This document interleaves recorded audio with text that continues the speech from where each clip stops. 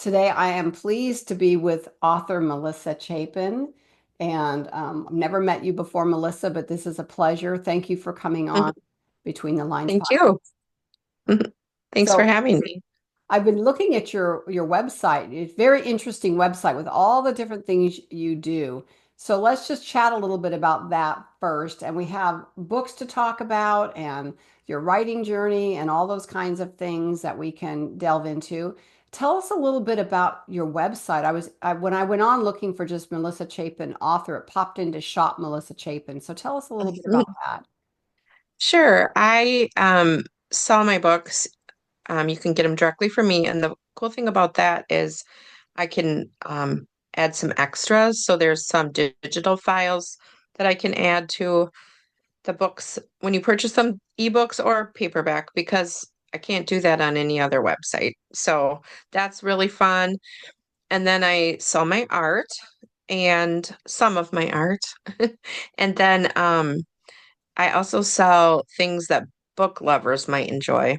So, since I'm a book lover, I see things and I think, oh, that's kind of cool. So, I love your Christmas shirt. I went oh, on and looked at your Christmas shirt. The book, is what does it say? There's a couple different I'm ones. I like the mint one though. What was that? A book? was it I'm booked for Christmas, Yes. And it's and then so the looks like a Christmas tree, but it's books. it's so cute. You guys, you got to read that. Stacks of books. I'm booked for Christmas, and there was another one, Have a Bookish Christmas or something like that, and lots of. So she's got all kinds of artwork on there and fun things. So you guys might want to check it out. Mugs and just all kinds of fun stuff to look at aside from her books, which are also there, but you also are available on Amazon. Is that correct? I am, Okay. yes. And some of the different there's Hoopla. Some of my audiobooks are in Audible and Spotify. So typically wherever books are sold, but also on my site. Wonderful. How did you get started writing, Melissa? I have written since I was a little kid, and I wrote horrible tragedies, and triplets all died on the same day, and my mom would Oh, read them wow. and say, "Yeah, I know, right?" That's dark. My my mom would read them and say, "Oh, these are so good. You're gonna write someday."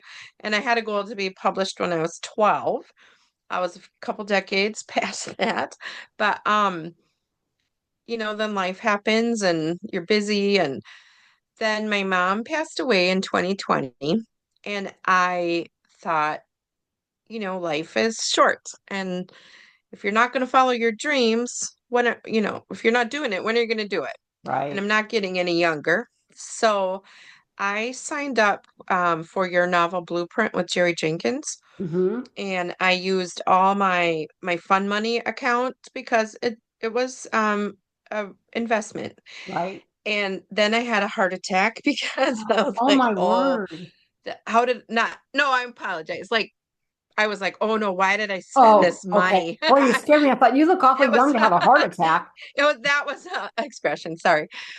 But I thought, oh no, I spent all this money. What am I doing? And I'm pretending here, but since I spent that much money, I had to do the work and I Right. did the classes, and I got my first evaluation and it made me cry because it was bad. Oh, And just right, because we all have to learn. right. So anyway, I got through that, and then I self-published my first book, The Road Home, and I was able to dedicate that to my mom. And I'm glad that I got started. I love writing, but I always tell people, like, don't wait so long. If it's something that's Exactly. one of your dreams, do the work, learn how to do it. And of course, we learn every day, but I could have had more books written if I had started earlier. So you're talking to the choir here because I didn't start writing until I was well, I started writing when I was 12, and I had a whole book done when I was young, fairly young, but didn't start seriously writing until I was in my 40s Yeah. because that's when life, like you said, life gets in the way and you have to, anyway. I was Yes. blessed. My husband said, if this is your dream, what are you waiting for? So I had to have that little push myself, but that's true.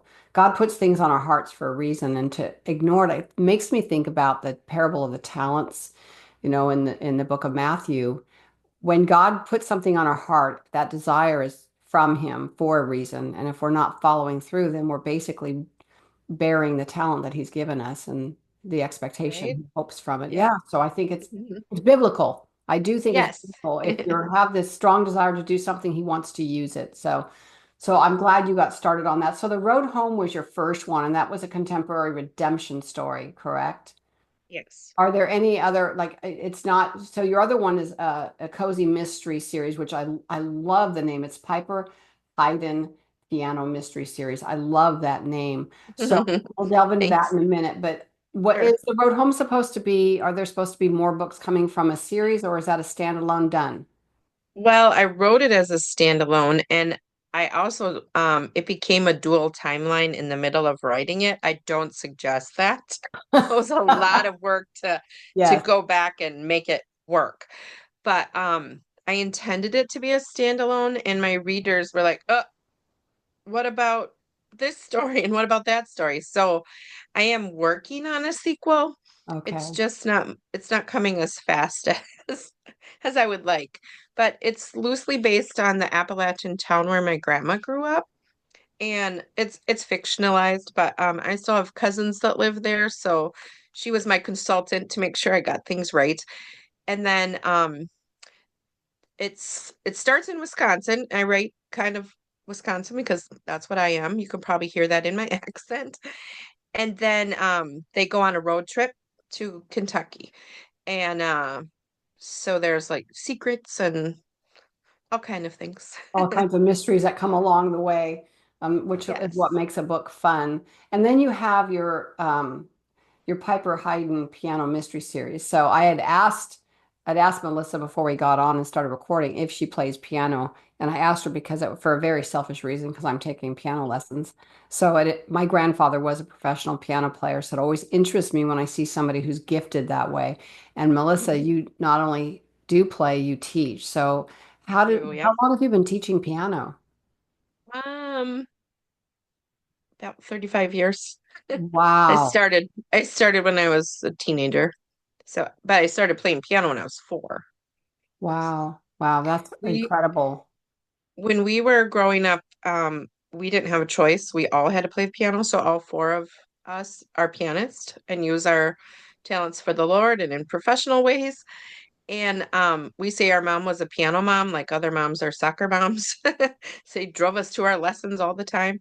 But I love the piano. I've been a church pianist. I also got stuck being the organist when I was in college because nobody Oh. else could play the organ.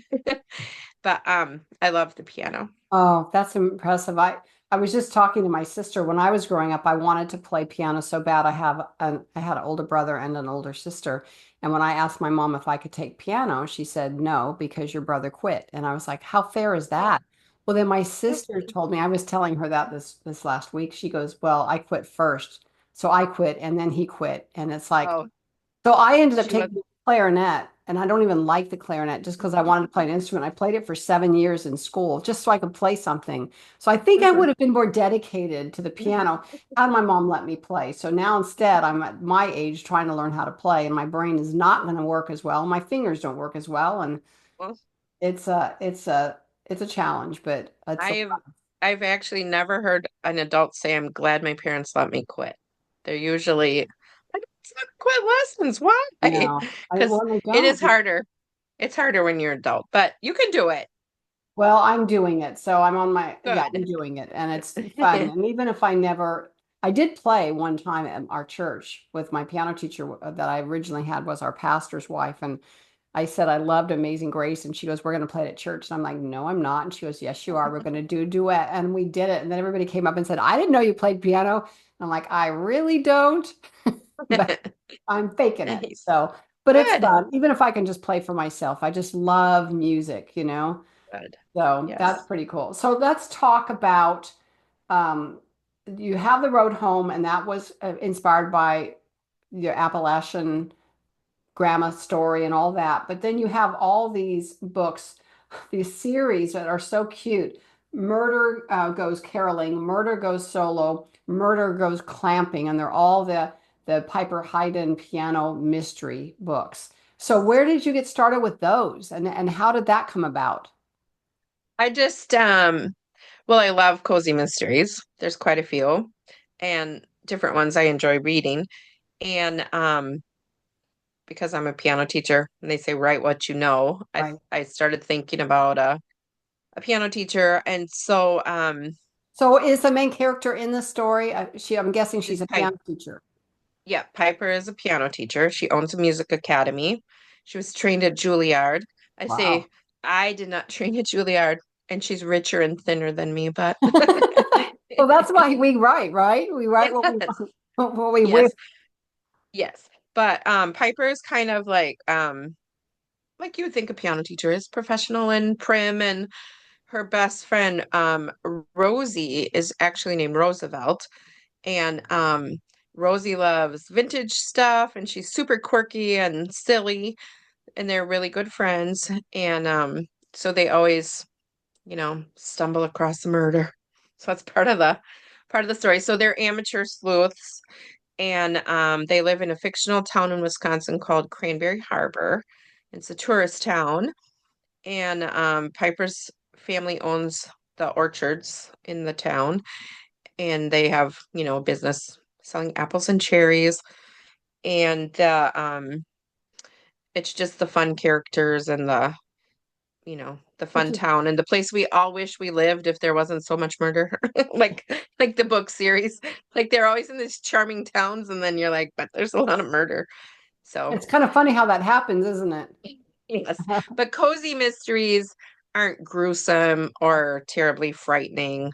They're It's very sort of like they, clean. Yeah. yes.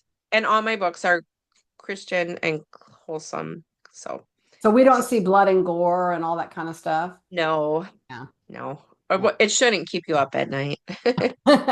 Well, I love cozy mysteries too. I've never read any of those. I had never heard of them until I looked on your website. So they sound kind of fun. I'm going to look into Yes. those. But Yeah. The other fun thing is there's a lot of music in them, obviously, because Piper's a piano teacher, and I feature a composer in each book. Murder Goes Glamping had a couple composers, so they kind of it weaves through their just mentioning the composer or their music. And I put a playlist in the back of all the songs that were mentioned, so you could listen to them if you want. And one of the fun things I can add if you purchase them for me, each of the first three Piper books have a set of paper dolls that oh, an artist really? created for me. So when you purchase them from my website, it just comes to your email, the printable paper dolls. Well, I'm going to put this in your show notes Sure. because this is unusual, and I want to make sure that when people are going, Sure. they're able to see that. So I'll put Right. that in the show notes along with your website. And you have a newsletter, Melissa? I do. Yes. And The so, you should be able to sign up for it on my website. okay. So, So sign up for her newsletter. You can look at her books. You can look at all of her fun art.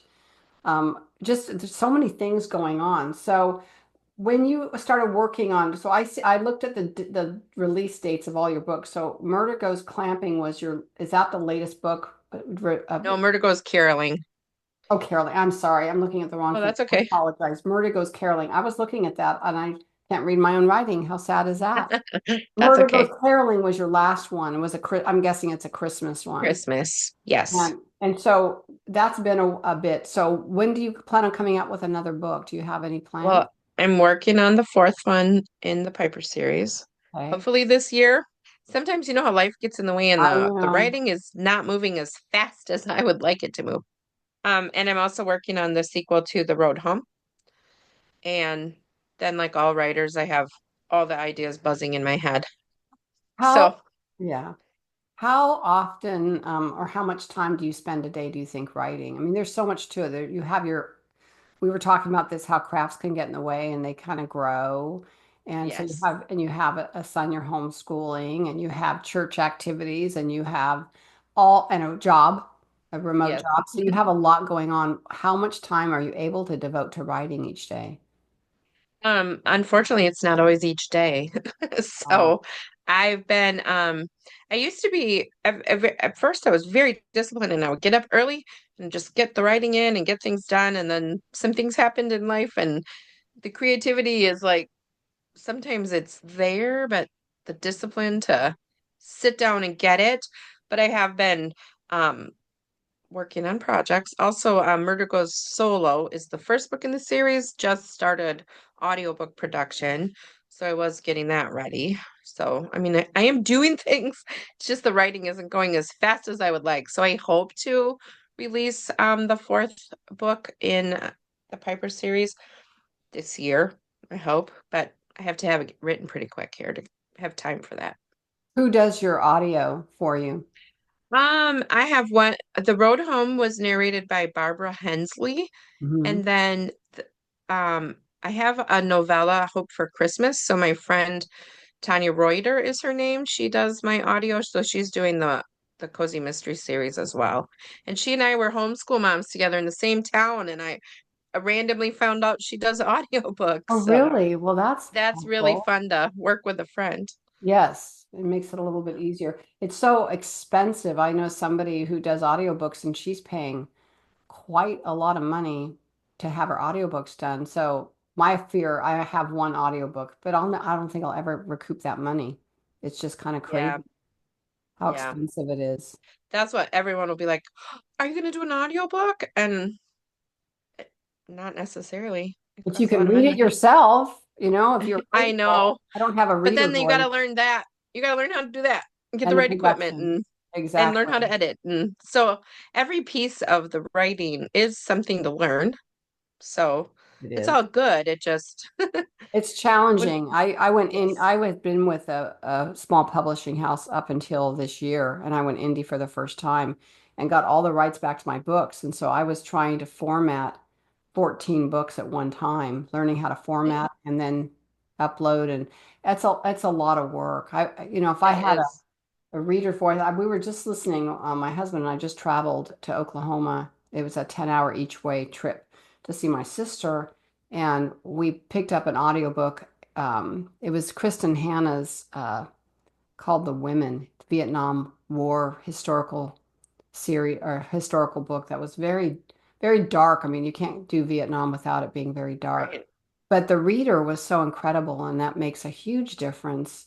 Um, Yes. Another series that I listen to only when traveling, I'm not one to sit around and listen to an audiobook, but if we're on a road trip, there's an author named David Rosenfeld who does the Andy Carpenter series. It's not Christian, either one of those authors are Christian authors, but Andy Carpenter is very clean, very funny.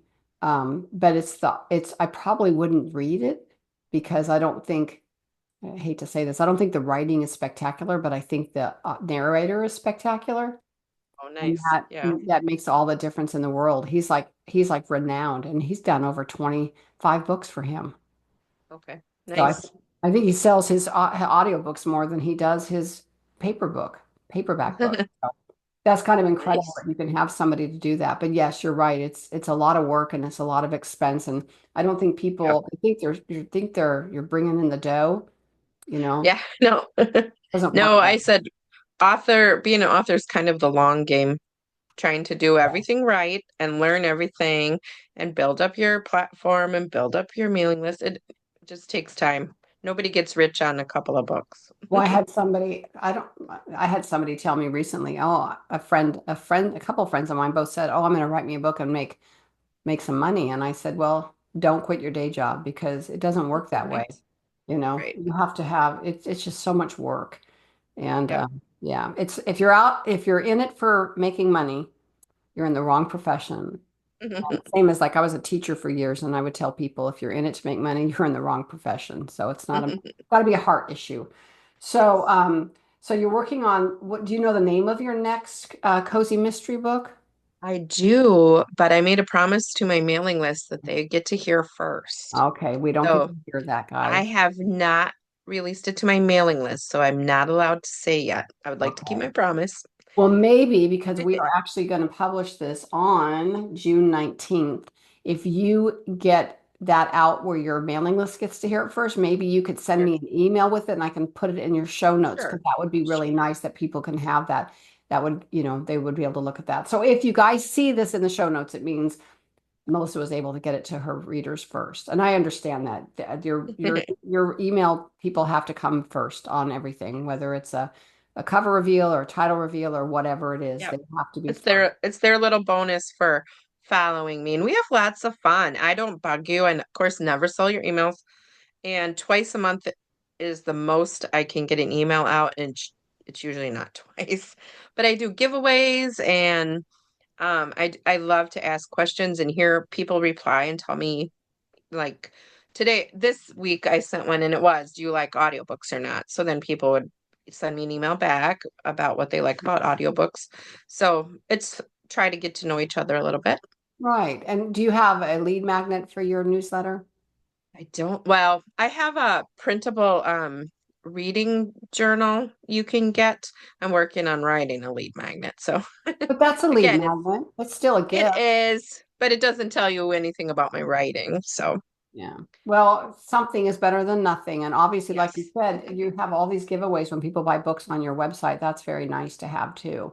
That's kind of special. So, Melissa, you starting writing, like you said, later than you really wanted to. You wish you had started earlier. With that in mind, if you have are speaking to a maybe an aspiring writer, what aside from starting as soon, start early, which I would say the same thing. Don't wait because life is never going to be perfect. Things are Mm. not going to line up just like you want them to ever. What other piece of advice might you give an aspiring writer?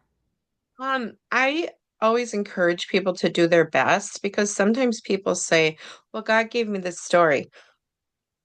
Okay, but you still have to do your best and you still have to get it edited and you still have to learn how to write and you Exactly. still want the best cover because God gave me my stories too, but that doesn't get me out of doing a good job. You want So people to don't, read them. yes. And so God can give you a story, but you still have to be the best writer you can be. And also, you want to turn out the best product for the glory of God, but as well, you're asking people to spend their hard-earned money on your product. And so I always feel disappointed when I try a book that I'm like, well, you know, and then you're like, oh, I spent my money on this. So No. do your best, like put your hard work into it, and editors are necessary, and proofing mistakes happen. So we can't just you can't just read your own work and edit it. And even people will say, well, I know how to edit. No, you need an Uh, editor I'm an and English you need, teacher. I'm an English teacher, and I still, yes. you need editors. Yes, because also we don't see our own work the same. Yeah. But the other thing I learned in it was in the Jerry Jenkins course, and I don't know exactly the way he worded it, but have a thick skin and take input from people because I'm so glad I learned that because also see people that fall apart when somebody says, "Oh, hey, I'm sorry, I found a mistake in your book," or whatever, like, hey, take that, or take it Learn when from it. when somebody tells you, this doesn't make sense, can you rewrite that? Like, don't be above, it's not criticism, it's actually trying to help you do the best writing you can do. And so I'm thankful for that. Like, even bad reviews don't hurt my feelings. And the only bad review I got was the lady said her book was too tight to open the cover. So that wasn't my That wasn't the writing. But writing.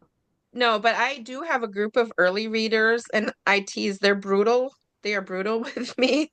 Like, ugh, that doesn't make any sense. What are you talking about here? But I am able to take it. And I think that really was worth all the money from the course that I paid, if that was the only nugget I took.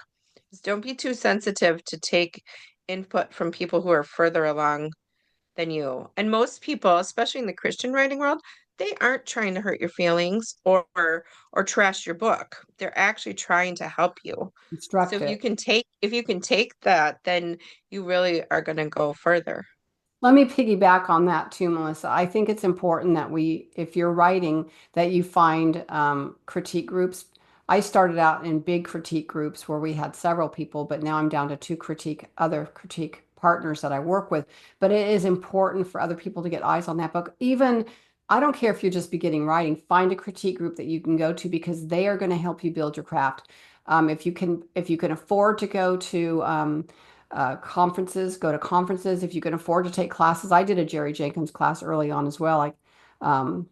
So I understand, doing the Jerry Jenkins class like you did is very helpful to learn. You get a mentor teacher working with you. You can join ACFW and with ACFW you can join free critique loops and groups that you work with online. There are so many options out there that don't even cost you money, but if you're not willing to let people look at what you're doing and then give you constructive criticism, you're not going to grow.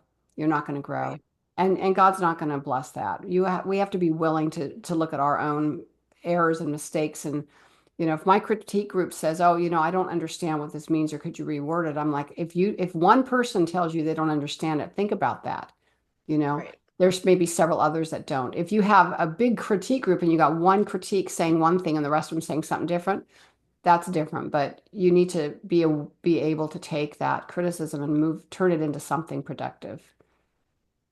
Okay. Yes. Well, thank you for that, Melissa. It's been a pleasure meeting you. I love her covers are beautiful, by the way. So I love the covers and the books Thank and you. I'll put all the stuff in show notes so people can reach out to you.